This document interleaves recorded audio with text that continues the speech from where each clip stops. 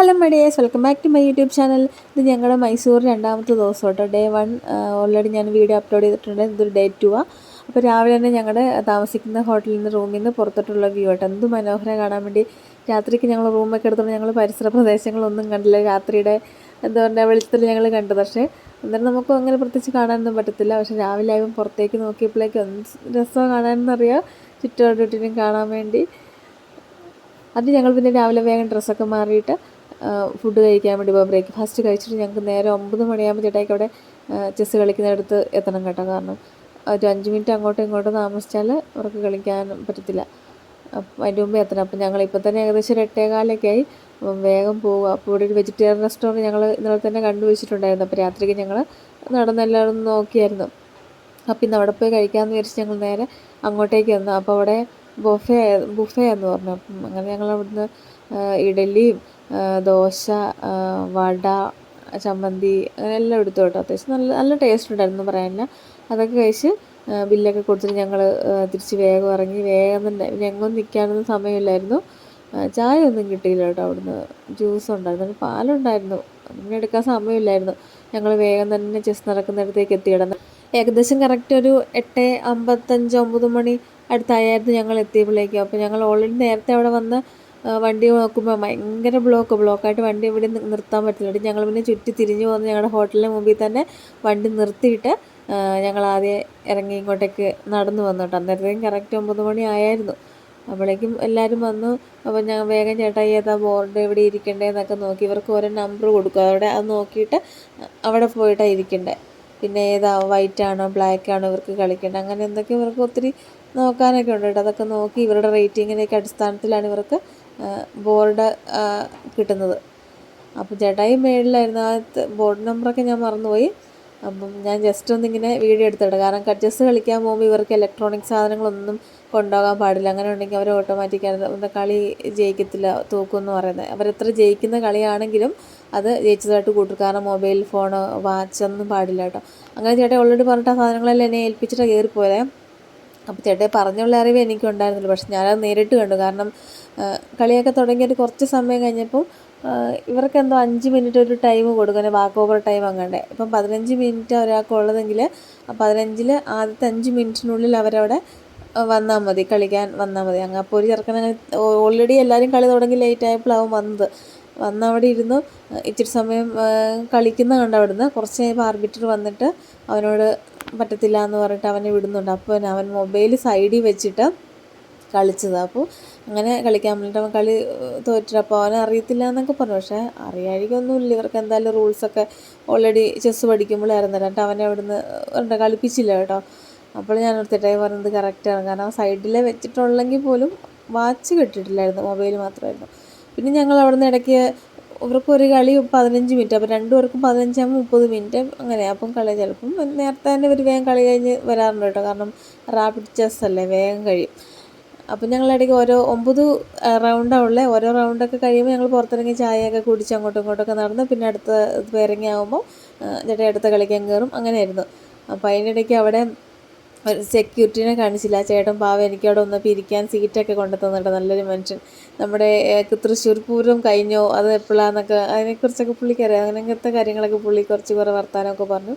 പിന്നെ ഉച്ചയായിരുന്നു. ഉച്ചയ്ക്ക് ഞങ്ങൾ പിന്നെ രാവിലെ ഫുഡ് കഴിച്ച് അതേ വെജിറ്റേറിയൻ ഹോട്ടലിൽ വന്നിട്ട് ഞങ്ങൾ ഫുഡ് കഴിക്കുന്നത് വെജിറ്റബിൾ ബിരിയാണി കഴിച്ചു. കാരണം ഞങ്ങളുടെ കൂട്ടത്തിൽ ഒരു ചേട്ടൻ്റെ ഒരു ഫ്രണ്ട് ഉണ്ടായിരുന്നേ.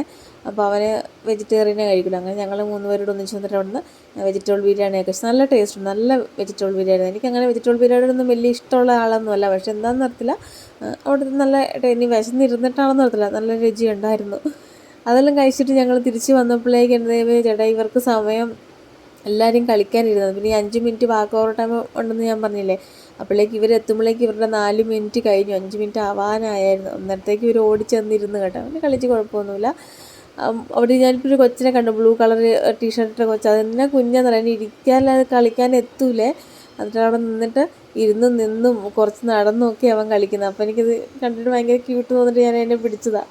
പിന്നെ എല്ലാം കളിത് പിന്നെ ഇടയ്ക്കിടയ്ക്ക് ഞങ്ങൾ ഓരോ സമയം പുറത്തിറങ്ങുന്നുണ്ട്. പിന്നെ കളികളെല്ലാം കഴിഞ്ഞു കേട്ടോ. എല്ലാം കഴിഞ്ഞിട്ട് ഞങ്ങൾ വേഗം തിരിച്ച് ഹോട്ടലിൽ വന്ന് 6 മണിയായിരുന്നു കളി കഴിഞ്ഞപ്പം.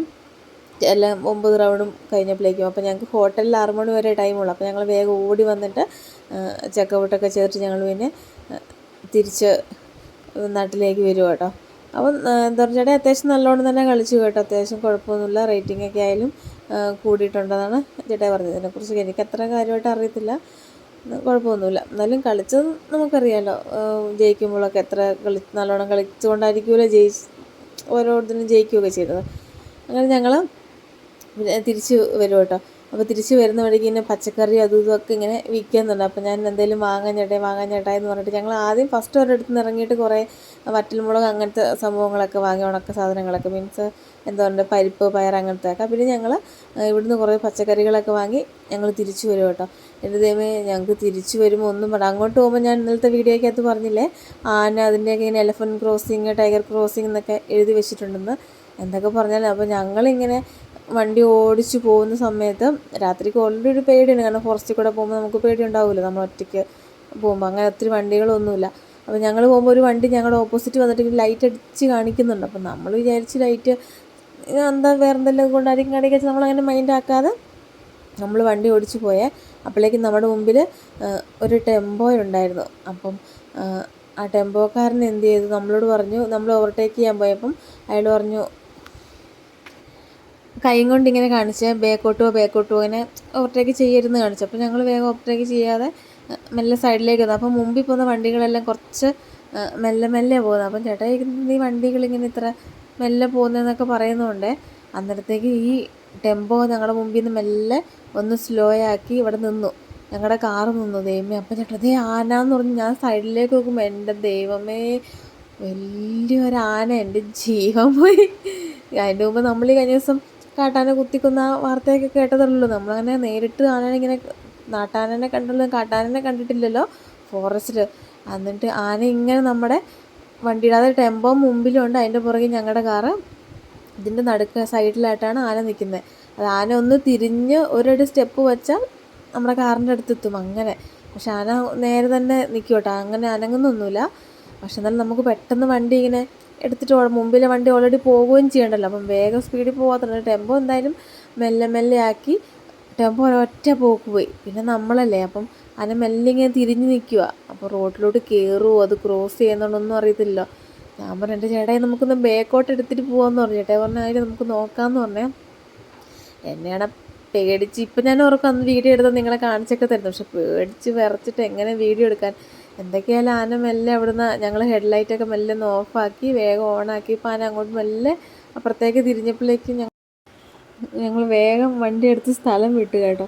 പിന്നെ ഞങ്ങൾ ഓരോ എടുത്ത് നേരം വലം പോയി നോക്കാതെ ഞങ്ങൾ വേഗം വന്ന് തിരിച്ച് കേരളത്തിലെത്തി. കാരണം ഞങ്ങൾ പിന്നെ ഭക്ഷണം കഴിക്കാനൊന്നും നിന്നില്ല. എന്നിട്ട് ഞങ്ങൾ തിരിച്ച് ഇരുട്ടിയല്ല കൂട്ടുപുഴ അവിടെ കഴിഞ്ഞ് കുറച്ച് ഇപ്പുറത്തേക്ക് വന്നപ്പോൾ ഒരു ഹോട്ടൽ അവിടെ കയറി ഞങ്ങൾ ഭക്ഷണമൊക്കെ കഴിച്ചു കേട്ടോ. അപ്പോൾ ഇത്രയുള്ളത് ചെറിയൊരു വീഡിയോ. ഓക്കേ.